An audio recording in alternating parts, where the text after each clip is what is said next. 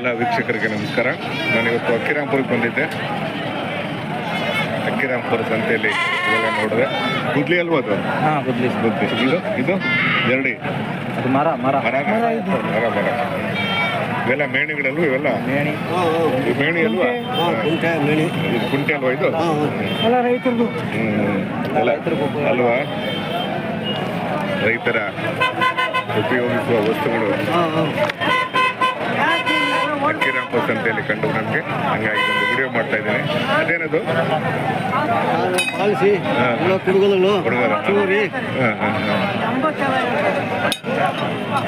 ಎಲ್ಲ ಇಟ್ಕೊಂಡವ್ರಲ್ಲ ಅದೇಳಿ ಅಲ್ವಾ?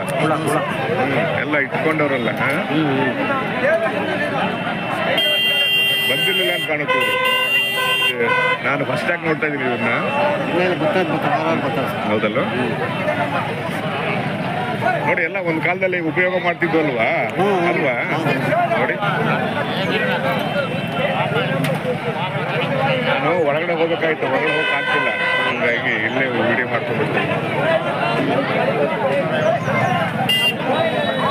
ಬನ್ನಿ ಬನ್ನಿ.